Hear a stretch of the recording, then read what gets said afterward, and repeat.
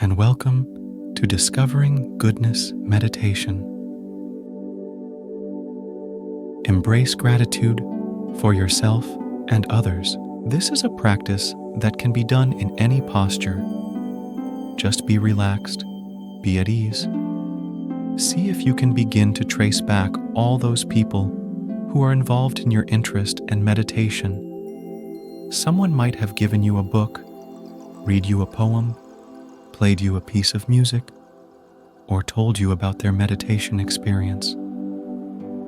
Let a sense of them, a recollection of them, come into the room with you. Consider including those who have really hurt you, not just those who you find a little bit annoying or irritating, but someone whose actions have really brought you to an edge so that you almost said, "I've got to find another way to be happy. I have to look more deeply into life." After all, they're a part of why we're here now as well.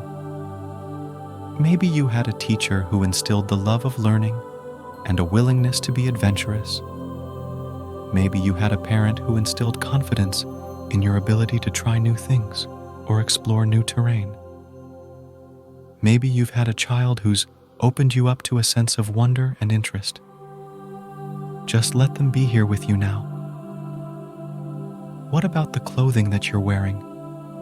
How many forms of life, how many people, how many beings have been involved in the growing of that fiber, creation of cloth, transporting it, selling it, the creation of the building in which you're sitting, or the stewards of the plots of land if you're outside? All the forms of life involved in the food that you've eaten today. Creature in the earth who planted that seed and nurtured that crop, who did the harvest, transported the food, sold the food, prepared the food. You can see that none of us is actually independent, alone, or cut off, however alone we might sometimes feel. They're all a part of the greater fabric of life, this immense web of relationships and connections and influences, this immense web of interdependence. We arrive at this moment, in time born by a sea, an ocean of conditions. Reflecting, if we look at a tree, we can see it as just a tree, or we can look at a tree and sense the soil and everything that affects the quality of that soil, which is nourishing the tree, the rainfall, everything affecting the quality of that rainfall, the sunlight and the moonlight, the quality of the air. Is the tree just a tree, or the confluence of all these conditions coming together, moving, changing? And so too we can see ourselves. Meditation on seeing the good, even though our more habituated tendency might be to remember the things we've done wrong and the mistakes we've made, the things we regret.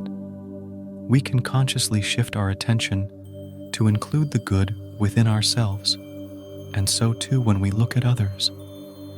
This is not an exercise meant to deny that anything is wrong or regrettable. If we include even one good thing, if we can think of it, then a bridge is built, so that when we honestly and directly look at what's difficult, it's more from a stance of being side by side rather than across this huge gulf of seeming separation. Beginning with oneself, just in a relaxed, easy posture. However you feel comfortable, see if you can think of one good thing you did yesterday. It may not have been very big or grandiose. Maybe you smiled at somebody. Maybe you listened to them. Maybe you let go of some annoyance at a slow clerk at a store. Maybe you forgave yourself for not saying something totally correctly. Maybe you were generous. Maybe you sat down to meditate. Maybe you thanked a bus driver. It's not conceit or arrogance to consider these things. It's quite nourishing, replenishing, to take joy, to take delight in the good that lives through us, that we can manifest.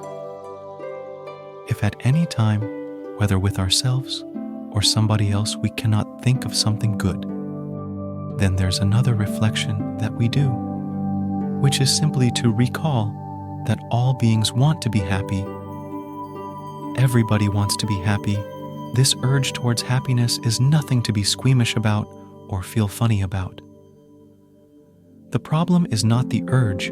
The problem is ignorance, not really sensing where genuine happiness might be found, and so making the mistakes that might cause so much suffering for ourselves or for somebody else.